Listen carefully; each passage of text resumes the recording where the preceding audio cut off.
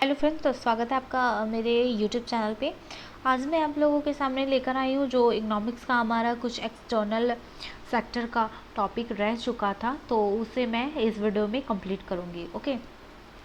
और शायद एग्ज़ाम में भी पोस्टपोन हो, क्योंकि सिचुएशन वैसा लग रहा है, कंडीशन अच्छी नहीं है। तो इसलिए आप लोग घर में रहें, सेफ़ रहें और घर से ही प्रिपरेशन करें। और मैं इतनी अच्छी वीडियो की सीरीज़ ला रही हूँ, आप लोग हिंदी में अगर हैं तो बहुत ज़्यादा ही प्रॉफिट होगा। तो आप लोग वीडियोस देखें और इसे कंप्लीट करें। और एक बात और कि मैं देख रही हूँ कि कुछ दिनों से आप लोग वीडियो अच्छे से देख नहीं रहे हो। तो अगर जैसे कि पहले जो मतलब कि शुरू में मैंने जिस मोटिव से स्टार्ट किया था, तो अभी ये है कि आप लोग उतने अच्छे से वीडियो देख नहीं रहे हो, तो मुझे थोड़ा सा डिमोटिवेट फील हो रहा है।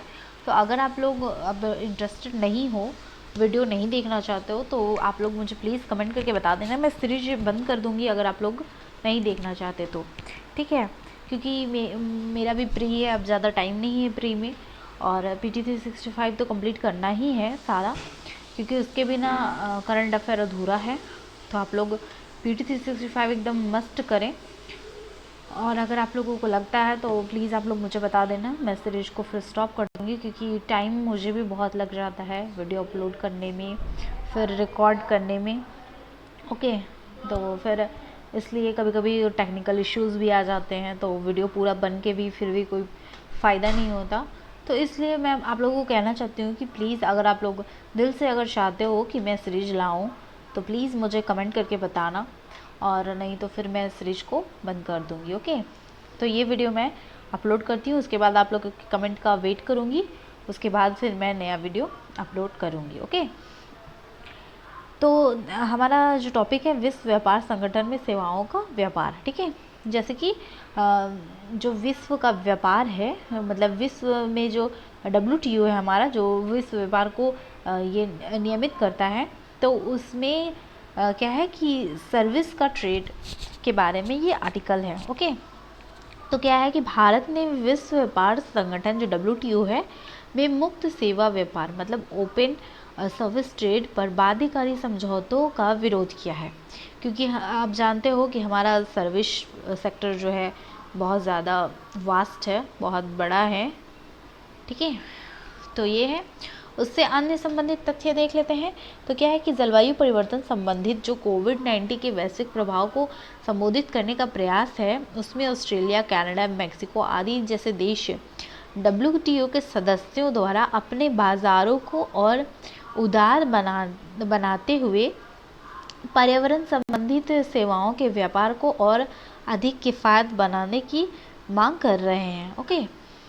तो हालांकि क्या है कि भारत ने general agreement on trade in services GATS जो है, उसके तहत विकासशील देशों को प्रदत्त अंतर्निहित लोचशीलता के महत्व का संदर्भ देते हुए इसका विरोध किया है। तो किसके संदर्भ देते हुए?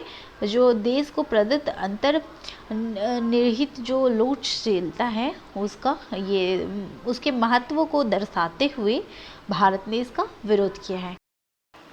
ओके। तो इसके अंतर्गत विकासशील देशों को अपने सीमित क्षेत्रों को खोलने, कुछ विशेष प्रकार के लेन देन को उदार बनाने और अपनी विकास स्थिति के अनुरूप बाजार पहुंच का उत्तरोत्तर विस्तार करने हेतु लचीलापन प्रदान किया जाता है, ठीक है। भारत ने इस तथ्य पर भी बल दिया है कि पेशेवर को की सुगमता, आवाजाही से संबंधित सेवा वार्ता के मोड 4 पर विस्तृत चर्चा प्रारंभ की जानी चाहिए। ओके। अब गेट्स जो है, general agreement on traffic and trade, GATT, ठीक है, के उद्देश्यों के समान सेवाओं में व्यापार को शामिल करने वाला प्रथम बहुपक्षीय समझौता हो गया है, ठीक है।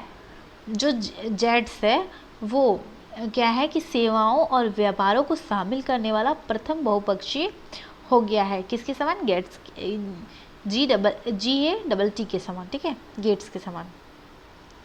गेट के समान और गेट्स, ठीक है। यह सेवाओं के व्यापार को नियंत्रित करने वाले नियमों की एक रूपरेखा प्रदान करता है। यह सेवाओं में व्यापार को उदार बनाने हेतु देशों के लिए प्रतिबद्धताओं का एक अंतर स्थापित करता है, ठीक है, अंतर तंत्र स्थापित करता है, तथा साथ ही देशों के मध्य विवादों को हल करने के लिए एक तंत्र भी प्रदान करता है। इस पर उरुग्वे दौरे के दौरान वार्ता की गई थी और वर्ष 1995 में लागू हुआ था, ठीक है। नेक्स्ट हमारा है कृषि सब्सिडी का मुद्दा, फार्म सब्सिडीज इशू। तो ये क्या है कि अनेक विकसित देशों जैसे कि यूएसए हो गया, कनाडा हो गया, ऑस्ट्रेलिया हो गया, न्यूजीलैंड है, फिर यूरोपियन यूनियन, उन सब ने क्या किया, भारत से अपने कृषकों को प्रदत्त समर्थन में कटौती करने के लिए कहा है। जो कृषि सब्सिडी है उसमें कटौती करने के लिए कहा है। उनका कहना है कि विश्व व्यापार संगठन के कृषि पर समझौते के तहत निर्धारित डिमिनिशन सीमा से अधिक है, मतलब कि एक सीमा निर्धारित की गई है डिमिनिशन, ओके। तो ये डिमिनिशन सीमा से अधिक है, इसलिए इसे सब्सिडी को कम करने को कहा है इन देशों ने भारत को। डिमिनिशन क्या है, तो डिमिनिशन वस्तुतः घरेलू समर्थन की वह मूल्य न्यूनतम मात्रा है, ठीक है, घरेलू समर्थन की, ओके, जिसका अनुपात WTO के AOA के अंतर्गत प्रदान की गई है। भले ही उसे व्यापार में विकृति आए, विकसित देशों के लिए यह सीमा उत्पाद के मूल्य का 5% तथा विकासशील देशों के लिए 10% निर्धारित की गई है, ओके। हालांकि सेंटर फॉर WTO स्टडीज़ की एक रिपोर्ट के अनुसार, ये ग्रीन रिपोर्ट, ग्रीन बॉक्स है, एम्बर येलो और ये ब्लू, ओके। तो भारत के लिए प्रति किसान एम्बर बॉक्स जो है, ये बॉक्स विकसित राष्ट्रों की तुलना में बहुत कम है, ठीक है। अगर इस रिपोर्ट में यह भी संकेत दिया गया है कि अधिकांश विकासशील देशों में कृषि क्षेत्र में संलग्न लोगों की संख्या काफ़ी अधिक है और अधिकांश किसान कम आय वाले या संसाधनों से वंचित है। AOA के तहत सब्सिडी के 3 बॉक्स वर्गीकृत किए गए हैं। तो ये हमारा 3 सब्सिडी बॉक्स है AOA। देखिए ये ग्रीन वाला देख लेते हैं। तो ग्रीन बॉक्स में क्या है, सब्सिडी दैट डू नॉट क्या लिखा हुआ, डिस्टॉर्ट ट्रेड और cause minimum description, no limited, okay.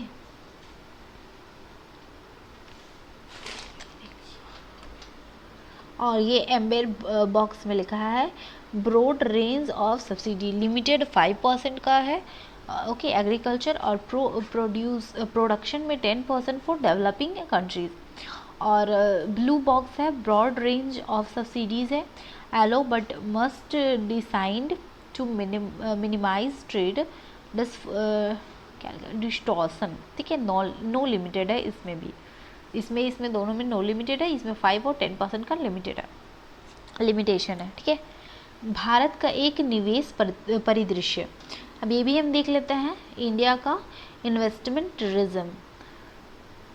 तो क्या है, सुर्खियों में क्यों रहा है कि उद्योग संवर्धन और आंतरिक व्यापार विभाग ने वर्ष 2019-20 के लिए एक FDI अंतर्वाह पर डेटा जारी किया है, जिसमें निम्नलिखित बिंदुओं को रेखांकित किया गया है।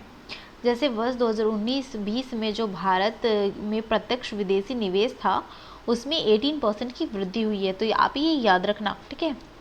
भारत वर्ष 2019 में FDI के लिए सिर्फ 10 गंतव्यों में शामिल है, ठीक है। विश्व बैंक की जो ease of doing business report है उसमें भी 2020 वाला, उसमें भारत का 63 रैंक है, ठीक है, 63वां स्थान है। इसके बावजूद विदेशी निवेश GDP के सिर्फ 2% पर बना हुआ है, ठीक है। 2019 से 20 के दौरान भारत में FDI इक्विटी प्रवाह जो है सो $49.9 बिलियन था, जो कि इस अवधि के दौरान $83 बिलियन के प्रेषण के वार्षिक प्रवाह की तुलना में कम था, ठीक है। तो ये FDI का जो, ओके, तो सर्विस सेक्टर में जो है सिंगापुर टॉप 5 में है, और टॉप 3 डेस्टिनेशन में महाराष्ट्र है, मतलब कि महाराष्ट्र को सबसे ज़्यादा 30%, और यहाँ पर मतलब कि सिंगापुर ने सबसे ज़्यादा टॉप 5 सोर्सेज में सबसे 1 पे वो होगा। कंप्यूटर एंड हार्ड वर्किंग में मॉरिशस है, और नीदरलैंड है टेलीकम्युनिकेशन में। ओके, और फिर हमारा ये ट्रेडिंग में देख लो आप, तो कैरिमन आइलैंड है, ठीक है, और इसमें कर्नाटक है 18% पे। फिर यहाँ पे ऑटोमोबाइल्स में आप देख लो तो यहाँ पे यूएसए है, और दिल्ली इसमें 17% पे है। ओके, अब एफडीआई के संबंध में हालिया घटनाक्रम को देख लेते हैं। तो रक्षा पे है जो, तो क्या है कि मौजूदा नीति के तहत रक्षा उद्योग में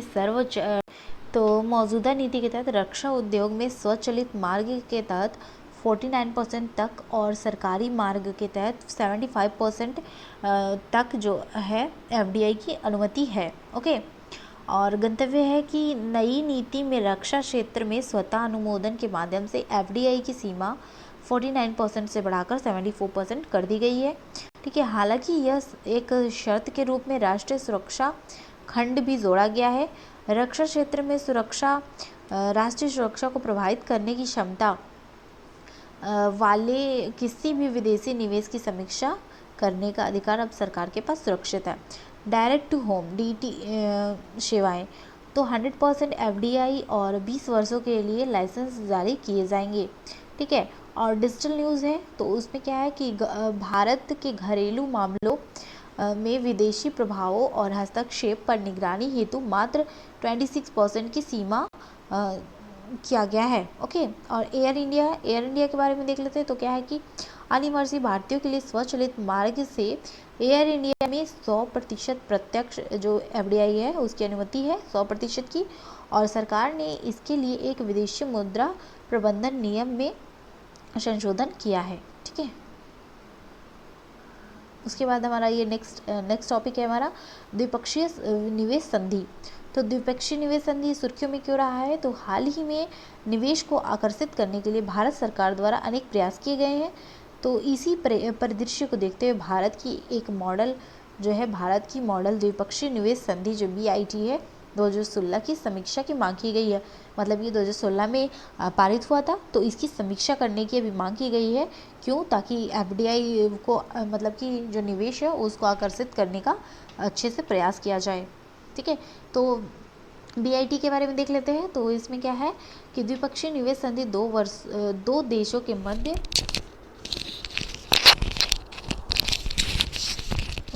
दो देशों के मध्य संपन्न संधि है। इसका उद्देश्य दोनों देशों के निवेशकों द्वारा किए गए निवेश को संरक्षण प्रदान करना है। ठीक है, ये संधि मेजबान देश के नियामक व्यवहार पर शर्तें आरोपित करती है तथा विदेशी निवेशकों के अधिकारों को अधिकारों को कम करने वाली प्रथाओं पर अंकुश लगाती है। ठीक है, इनकी कुछ शर्त है जो निम्नलिखित है, शर्त को आप याद कर लेना।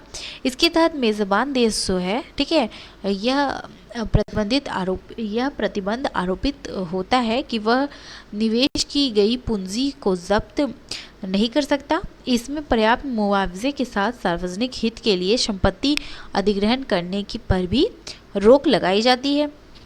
इसमें मेज़बान देश यह बाध्यता होती है कि वह विदेशी निवेश के साथ उचित और न्याय संगत व्यवहार संबंधी समझौतों का पालन करे। इसके अंतर्गत जो है संधि में निहित शर्तों के अधीन निधियों को हस्तांतरित की अनुमति दी जाती है, और यदि मेज़बान देश संप्रभु नियामकों के नियम या उठाए गए कदम BIT के अनुरूप नहीं है, तो निवेशक को यह अनुमति ये होती है कि वे मेज़बान देश के विरुद्ध अंतर्राष्ट्रीय मध्यस्थता केंद्रों के समक्ष शिकायत दर्ज कर समाधान प्राप्त करे। ठीक है, अब यहाँ पे देख लेते हैं अंतर्राष्ट्रीय निवेशकों और मेज़बान देशों के मध्य उत्पन्न विवादों से निपटान हेतु निवेशक राज्य विवाद समाधान। तो क्या है कि इसके तंत्र के अंतर्गत निवेशकों को यह अधिकार होता है कि वे मामले को निवेश संबंधित विवादों के समाधान हेतु अंतर्राष्ट्रीय केंद्र के समक्ष ले जाएं। यहाँ विवाद का ओके, तो भारत के संदर्भ में देख लेते हैं। तो भारत का जो BIT मॉडल है उसकी प्रमुख जो विशेषताएं हैं, तो इस नए मॉडल BIT में निवेश की परिभाषा एक व्यापक परिसंपत्ति अधिकार आधारित परिभाषा से हटकर उद्यम आधारित हो गई है। ठीक है, जो व्यापक परिसंपत्ति आधारित थी वो अब उद्यम आधारित हो गई है, जहाँ किसी उद्यम को उसकी परिसंपत्ति के साथ जोड़कर देखा जाता है। ठीक है, परम अनुग्रहित राष्ट्र, मोस्ट फेवर्ड नेशन, आपने इसके बारे में सुना होगा जब पाकिस्तान को इंडिया ने मोस्ट फेवर्ड नेशन से हटा दिया था। तो BIT में MFN प्रावधानों के उद्देश्य विभिन्न देशों के निवेशकों के साथ मेजबान राष्ट्र द्वारा किए जाने वाले भेदभाव को प्रतिबंधित करना तथा सभी विदेशी निवेशकों को एक समान अवसर प्रदान करना, विदेशी निवेशकों को MFN खंड के माध्यम से BITs के अन्य प्रावधानों का लाभ उठाने से रोकने के लिए भारत का मॉडल BIT पूरी तरह MFN खंड का त्याग करता है। ओके, तो उचित और न्याय संगत जो व्यवहार है NFET, इसका अर्थ है कि विदेशी निवेशक मेजबान राष्ट्र के अस्वीकार माने उपायों के विरुद्ध अंतर्राष्ट्रीय कानून का संरक्षण प्राप्त कर सकता है। वर्ष 2016 के मॉडल BIT के तहत FET प्रावधानों को सम्मिलित नहीं किया गया है, क्योंकि ISDB जो है ट्रिब्यूनल प्रायः इस प्रावधान की व्यापक रीति से व्याख्या करते हैं। इसके बजाय इसमें ट्रीटमेंट एंड इन्वेस्टमेंट का प्रावधान किया गया है। ठीक है, ये देख लेते हैं। तो इसमें क्या है, ICSID के बारे में दिया है। तो ICSID जो है अंतर्राष्ट्रीय निवेशकों से संबंधित विवादों के निपटान हेतु विश्व का एक अग्रणी संस्थान है। ठीक है, convention on the settlement of international dispute द्वारा वर्ष 1966 में विधिक विवादों के समाधान एवं अंतर्राष्ट्रीय निवेशकों के मध्य सुलह के लिए ICSID का स्थापना की गई थी। 155 देश इसके सदस्य हैं। ठीक है, और 155 देशों ने इसे रेटिफाई किया है। हालांकि भारत ICSID अधिसमय का पचकर देश नहीं है। ठीक है, तो भारत इसका मेंबर आप बोलो तो नहीं है, पक्षकर नहीं है तो मेंबर नहीं हुआ। ओके, ISDS जो है उसका तंत्र वर्ष 2016 के मॉडल BIT में भारत के ISDS हेतु अपनी सहमति प्रदान कर दी है। हालांकि इस संबंध में एक शर्त यह है कि किसी विदेशी निवेशक द्वारा अंतर्राष्ट्रीय मध्यस्थता की सुविधा तथा लाभ उठाने के पहले कम से कम 5 वर्ष की अवधि तक सभी स्थानीय उपायों के तहत अपनी चिंता का समाधान करने का प्रयास किया जाएगा। ओके, अब कुछ अन्य जो की कॉन्सेप्ट है इसके बारे में मतलब न्यूज़ में जो है तो वो देख लेते हैं। तो एंटी डंपिंग शुल्क, ठीक है, तो एंटी डंपिंग शुल्क क्या है, तो भारत द्वारा चीन से आयातित एंटी बैक्टीरियल दवा सिप्रोफ्लोरोक्सिन पर एंटी डंपिंग शुल्क आरोपित किया गया है। ठीक है, एंटी डंपिंग शुल्क जो है तब आरोपित किया जाता है जब कोई देश या फर्म वस्तुओं का अपने घरेलू बाजार मूल्यों से कम मूल्य पर किसी अन्य देश को निर्यात कर देता है। मतलब कि जो उसका घरेलू बाजार का जो उसका मूल्य है उससे भी कम मूल्य पर दूसरे देश को वो निर्यात कर रहा है। तो फिर वो जो देश उसको जहाँ पे वो निर्यात कर रहा है तो वहाँ पे क्या होगा कि उसके मार्केट में जो वही प्रोडक्ट बन रहा है तो उसका कॉस्ट हाई हो जाएगा, और दूसरे देश से जो मतलब कि इंपोर्ट करके आया है, ठीक है, और हमने उसे मतलब कि इंपोर्ट किया, ठीक है, आयात किया उसको, तो फिर उसका रेट कम हो जाता है। तो जो हमारा घरेलू मार्केट होगा उसमें बहुत ज़्यादा इफ़ेक्ट पड़ेगा। हमारे घरेलू मार्केट में जो भी प्रोडक्ट्स हैं उसका मतलब कि ख़रीद उसकी बंद हो जाएगी, और जो मतलब ऑब्वियस सी बात है कि अगर हम कुछ भी चीज़ सस्ता मिल रहा है तो हम सस्ता खरीदते हैं। ये नहीं देखते हैं कि चाइनीज़ है या कोई और देश से आया हुआ है। तो वही चीज़ होता है कि दूसरे देश का जो प्रोडक्ट आता है, गुड्स आता है, तो हम उसे सस्ता दे के ख़रीद लेते हैं और फिर हमारे देश का जो मैन्युफैक्चर है वो फिर बर्बाद हो जाता है। ठीक है, तो वही चीज़ होता है एंटी डंपिंग। तो इससे बचने के लिए मतलब कि एंटी डंपिंग शुल्क जो है वो लगाया जाता है देशों के लिए। देश इसे लगाते हैं। ओके, इसे आयात करने वाले देश में उत्पाद की कीमत जो है, मैंने बताया ना कि जो देश आयात कर रहा है उसमें उत्पाद की कीमत तथा विनिर्माण फर्मों का लाभ व मुनाफा प्रभावित होता है। अगर आप एक पेन किसी दूसरे देश से एक्सपोर्ट कर मतलब कि आयात कर रहे हो, ठीक है, और वो पेन आपको 2 रुपये में हो रहा है और यहाँ से जो हमारे घरेलू पेन एक बन रहा है वो 5 रुपये का, तो आप ऑब्वियस सी बात है कि 2 वाले पेन लोगे अगर दोनों का मतलब कि सेम आपको मिल रहा है तो। ठीक है, तो फिर इससे हमारा जो घरेलू मैन्युफैक्चर हो रहा है, घरेलू हमारा जो पेन बन रहा है उसका प्रॉफिट भी मतलब कि प्रभावित होगा। ठीक है, तो वाणिज्य विभाग द्वारा एंटी डंपिंग शुल्क के संबंध में अनुशंसा की जाती है, जबकि इस शुल्क के आरोपण का कार्य वित्त मंत्रालय द्वारा किया जाता है। अब केंद्र से समूह देख लेते हैं। यह कृषि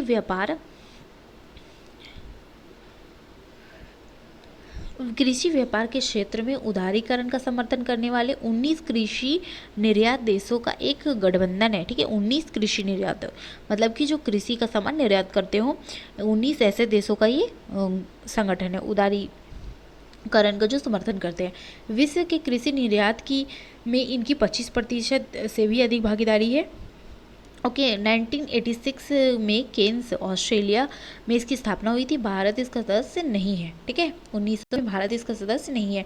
ऋण सेवा निलंबन पहल DSSI, ठीक है, इस पहल का उद्देश्य है सर्वाधिक निर्धन देश को कोविड-19 महामारी के गंभीर प्रभाव से निपटने में सहायता करने के लिए ऋण सेवा निलंबन प्रदान करना है। ठीक है, यह निर्धन देशों को अपने संसाधनों को महामारी से संघर्ष और जीवन की सुरक्षा पर केंद्रित करने की अनुमति प्रदान करता है। इसे विश्व बैंक की विकास समिति IMF और G20 के वित्त मंत्री ने अप्रैल 2020 में समर्थन प्रदान किया था। ठीक है, अब धन शोधन पर एशियाई समूह APGs, ठीक है, एशियाई प्रशांत समूह, तो क्या है, यह एक अंतर सरकारी ओके, तो ये क्या है कि मतलब APG यह एक अंतर सरकारी संगठन है जो यह सुनिश्चित करने पर ध्यान केंद्रित करता है कि इसके सदस्य जो है धन शोधन, आतंकवाद और वित्त पोषण और सामूहिक विनाश के हथियारों के प्रसार से संबंधित वित्तीयन के विरुद्ध अंतर्राष्ट्रीय मानकों को प्रभावी ढंग से लागू करें। भारत भी इसका सदस्य है। ठीक है, करेंसी मैनिपुलेटर्स अर्थात मुद्रा के हेरफेर करने वाले देशों की निगरानी सूची। ठीक है, तो अंतर्राष्ट्रीय जैसे कि USA जो है ने एक बार पुनः भारत को संदिग्ध विदेशी विनियमन नीति को अपनाने वाले और मुद्रा हेरफेर करने वाले देश के रूप में अपनी निगरानी सूची में शामिल कर दिया है। ठीक है, भारत को USA ने अमेरिका सरकार द्वारा करेंसी मैनिपुलेटर के रूप में उन देशों को चिन्हित किया जाता है जो डॉलर की तुलना में अपनी मुद्रा को जानबूझकर अवमूल्य डिवैल्यूएशन, ठीक है, करके अनुचित मौद्रिक प्रथाओं में शामिल होते हैं। किसी देश की करेंसी मैनिपुलेटर के रूप में नामित करना तुरंत किसी कार्रवाई को आकर्षित नहीं करता, परंतु वैश्विक वित्तीय बाजार में एक देश के प्रति विश्वास को छिन्न आवश्यक करता है। ठीक है, तो इसका कोई ऐसा मतलब कि नहीं है कि कोई कार्रवाई होगा, लेकिन क्या है कि ये ट्रस्ट को तोड़ता है। ठीक है, तो हस्तशिल्प और भौगोलिक संकेत दर्ज प्राप्त खिलौने गुणवत्ता नियंत्रण आदेश से मुक्त। भारत को खिलौने के विक्रय और निर्यात के लिए वैश्विक वित्तीय विनिर्माण, ठीक है, विनिर्माण केंद्र बनाने तथा देश भर में स्वदेशी खिलौनों के उत्पाद एवं विक्रय को बढ़ावा देने की दृष्टि से किया गया एक उपाय है ये।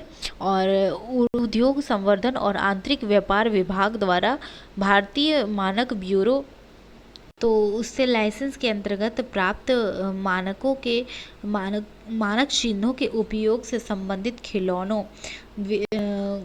खिलौना द्वितीय संशोधन आदेश 2020 जारी किया गया है। ठीक है, अब क्या है, ईरान की नई करेंसी।